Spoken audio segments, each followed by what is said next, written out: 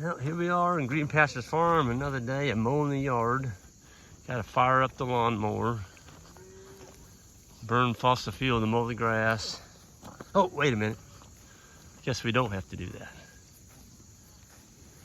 We got over 200 lawnmowers here that are being powered by solar energy.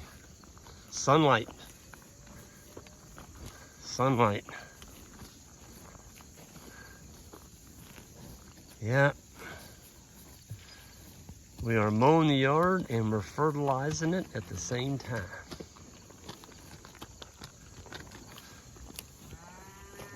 This has got that 11 days straight of rain on it. Before there wasn't anything growing here. And Steve mowed it pretty high right before he left, which was about, that was before the rain came, about the end of July. And they took off to Texas and it started raining. The pond's come up about a foot. It's still down. It could come up another foot. But it's a whole lot better looking than it was. Man, look at the green grass out here. Would you look at that? This is all brown. These cows, this is where we have our grazing school at, right here. This is where we put the tent.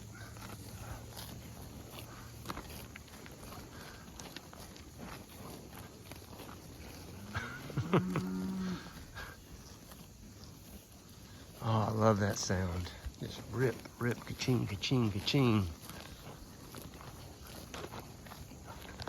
We put the water tank up here on the rock. It's one thing we don't allow is the cows in the pond. They got a good water point right here. Stand on a rock, getting them a drink. Man, there's a lot of feed in here, my goodness. I don't know if they can get all this grazed off in 4 hours or not. It looks fantastic. It's all tender. You know, this has been mowed. When Steve is here, he's mowing it about every, I don't know, 7 to 8 days. Then the drought hit, he didn't have to mow it for like 2 to 3 weeks. But it's tender. There's crabgrass. There's a little bit of summer annuals in here. There's dandelion. There's plantain. Chicory. You name it, it's in here. And these cows are just absolutely cranking. Let's go down by the house. See what it looks like down here.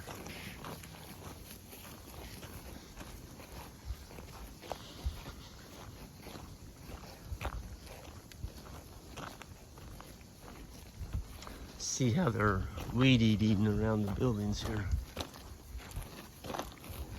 Oh yeah.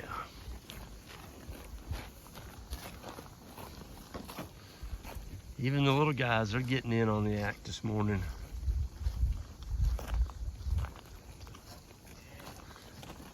Tell you what, this is as good as it gets for a cow. It's like giving them a salad bar. There's something peaceful about watching cows mow your yard for you. Knowing that you don't have to use any fossil fuel and you don't have to ride a bumpety lawnmower. And the ground is good and firm. You know, we haven't had a rain now for, I think the last rain came on Saturday. And this is, so it's been about a week. It's been about 7 days. You wouldn't want to do this if it just rained because you'd leave footmarks out here in your yard. And then the next time you mowed it, you wouldn't be able to hardly stay in the seat of your lawnmower, the bumps. Man, they look good. Golly. The calves are like, what are you doing?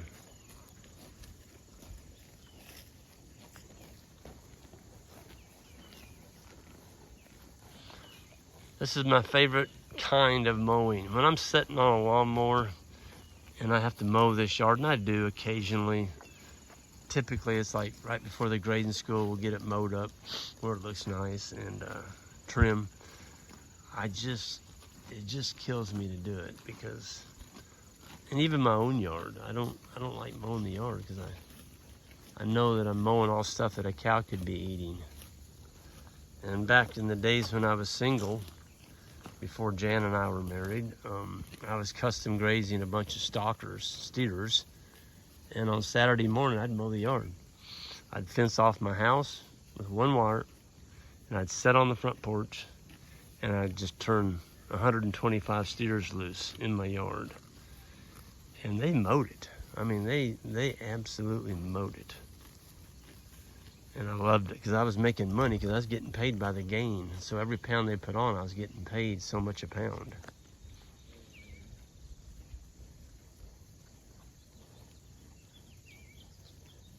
Nothing wrong with getting paid to mow the yard. That's for sure. Boy, there's a pretty heifer right there. First calf heifer, she's got a calf on her.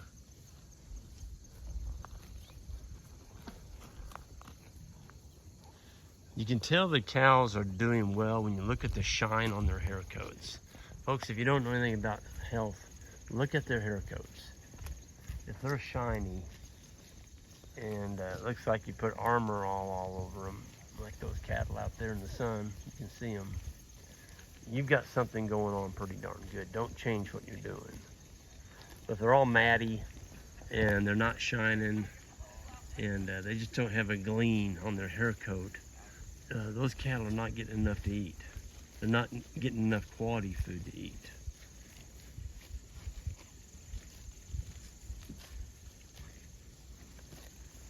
Man.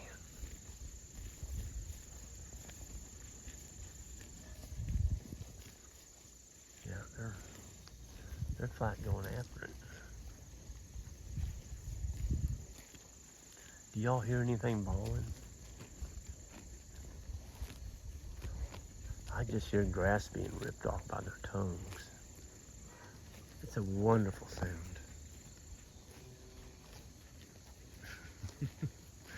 The little calf got him a bite full of grass, and he pulled the root out with it, and he's trying to get that root to come. No, you grabbed him another one. He's mowing along that landscaping timber there. Yep. Well, we did a severe reduction in our cow herd because of the drought. And each week we sold off some that were our lower end. I told people, our herd just got prettier. That's one way of looking at it. You're getting rid of the lower doing animals in your herd, and you keep your very best. So as bad as droughts are, they do make you get rid of animals. Or you should. I know people that didn't. And you can go and look at their pastures right now, and it's just not a pretty scene. They don't have any grass. So, number one thing in a drought is to combine your herds if you got 2 or 3 of them, and then start selling off the lower 15% of your cow herd. Just get rid of them so you can keep ones like that. That's going to be she's a heifer. She's born this spring, and that's one that will go into the cow herd. She'll be exposed to the bulls next year. And oh, look at that.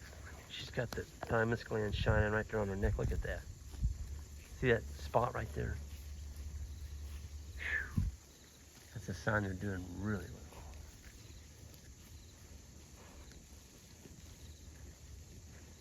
But with that, I'm going to go ahead and get out of here. We've still got some things we got to get done this morning.